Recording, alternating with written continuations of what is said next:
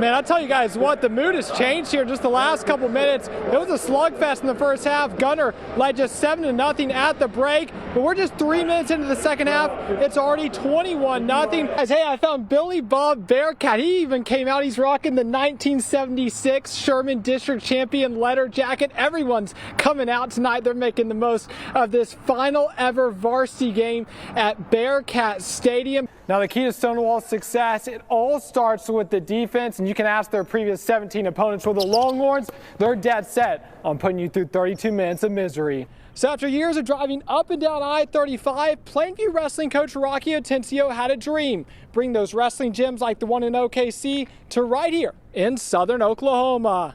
Ask anyone around, and the climb to the Van Alstyne press box is just about the steepest you can find in all of Texoma, so you've just got to take it one step at a time. And that's also how our Texas teams are approaching this fall. They've already knocked out fall camp, then they'll have non-district, district, and if they're lucky enough, the playoffs, all in search of making it to the top. Well, on the other sideline, that Oklahoma offense, they just couldn't get things figured out. Got that early field goal, then they came up empty after that. Now, in his post-game presser, Brent Venables was asked if he considered a quarterback change. He answered with one word. He said no.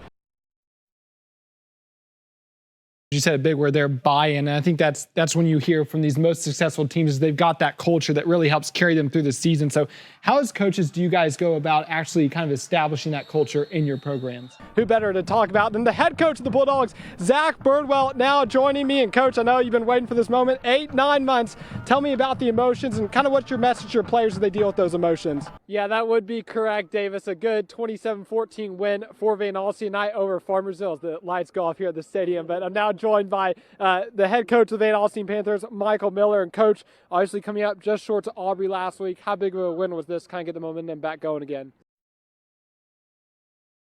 Paul Valley trying to win the game on a 2-point conversion in the fourth. Perry rolling. He thinks he's got a man here in the back of the end zone. Shepard Sizemore says no, picks it off, and that would be the difference. Plainview wins it 35-34. Well, now let's go to Ardmore, where Aubrey Bates is standing by. And Brig, all I have to say is, wow, what a game. Duke Miles looking like Goldilocks here, surrounded by Bears, but he doesn't panic, finds a way to get it to full. Now trying to close out on a 7-1 run at set point. Valley Mills setting it up, but it's Minsemeyer saying, get out of here. Big time block. That one hits the hardwood. Whitewright takes set one and eventually wins this one in 4. They're off to the regional final. And if it's not broke, don't fix it. Flowers going up top to Corsi again. And Purcell, you just got mossed. Touchdown again. It's 21-0 Plainview. Into the 7th. That lead is 8. 2 outs. Line drive here. And how about the catch by Kinsley Hendricks to end it? Caney wins this one 14-6. And Lady Cougars get that second straight state title. Dawson Muck grew up in Murray County in a family of educators. His dream as a kid, though, play Major League Baseball. Now, it took a long, winding road, but he's found his purpose in life, and it's one that's taken him right back to his roots. A Sulphur Bulldog is a person that's never, when you're down, you're never out. Dawson Muck is definitely a Sulphur Bulldog. I can honestly say that this was like, the accident was the greatest thing that ever happened to me, because you know, it opened my eyes to what life's really about. Before the day that changed his life forever, Muck was a standout athlete at Sulphur. He was a great athlete for us, great competitor, leader for us on the football team. Baseball, though, was his passion. After graduating from Sulphur, he achieved a lifelong dream, signing to play at Randall University and more.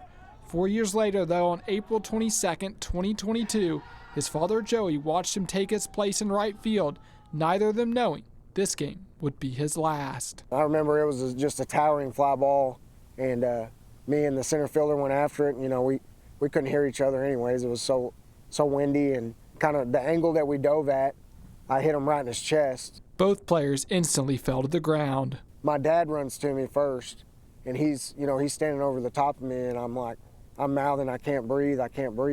In just seconds, paramedics were on scene. I remember all of it until I went out and died. I died for a few seconds.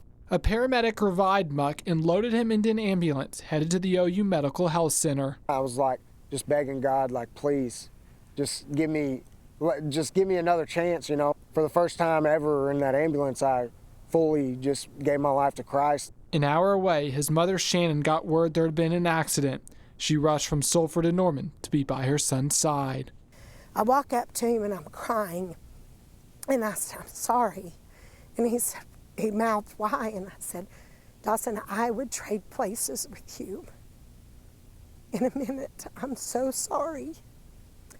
And he looked at me and he mouthed, no, Mom, God saved my soul. And that's when I knew that the young man that I had prayed for, that he was there. The collision broke Muck's C1 vertebrae, paralyzing him below the neck. After a grueling 3 months in a Colorado rehab center, a restless night turned into a revelation. I was just kind of wrestling, and then I realized it was God was trying to speak to me. And, you know, he just told me, hey, you know, you need to share your story. The first Sunday he returned to Sulphur, 4 months after the accident, Muck gave his testimony to his church.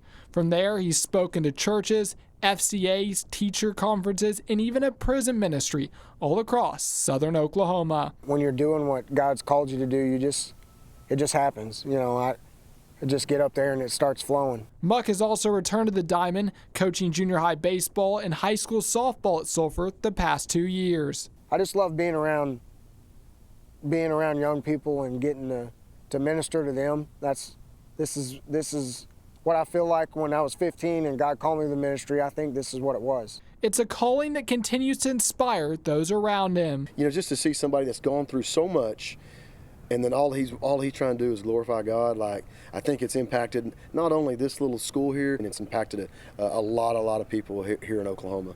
10 years ago, Muck would have promised you two things. He wasn't coming back to Sulphur, and he definitely wasn't going to be an educator.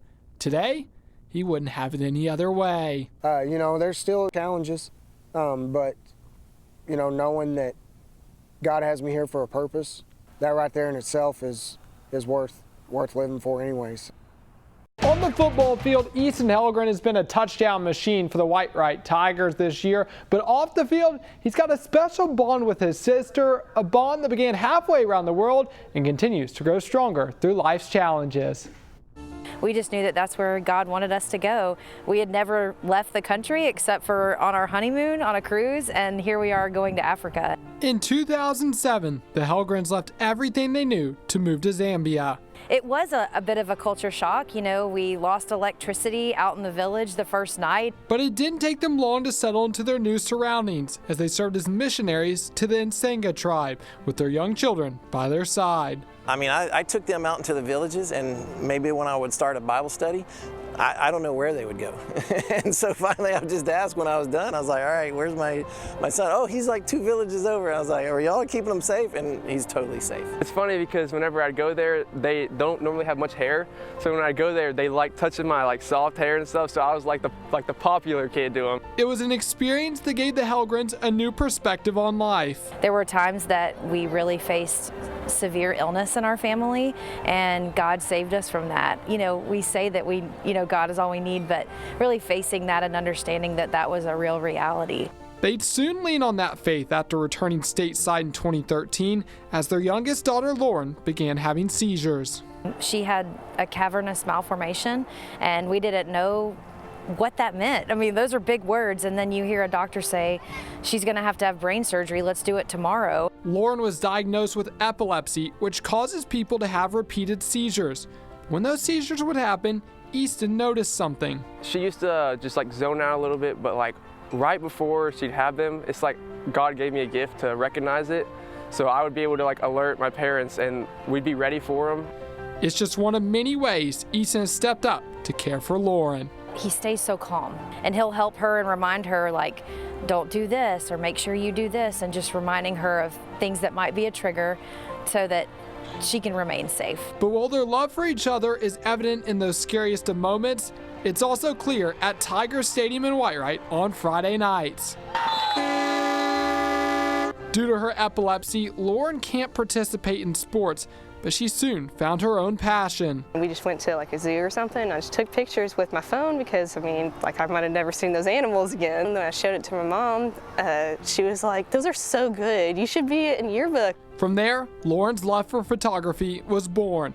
So while Easton's racking up the yardage on the field, Lauren's right there capturing it all for the team, the yearbook, and even the local paper. I just love it because, I mean, I like being with my brother, so like if I get like one that I really like, I like show it to him and I'm like, Easton, look at this. Just running down the sideline, it's always like, man, I bet Lauren's out there taking a cool picture right now. I can't wait to see it. And from the stands, knowing all their family has been through together, Mom and Dad couldn't be happier. I just really am so thankful for the love that they have for one another, and I know that's not always the case in a sibling relationship. As a dad, that's what you want.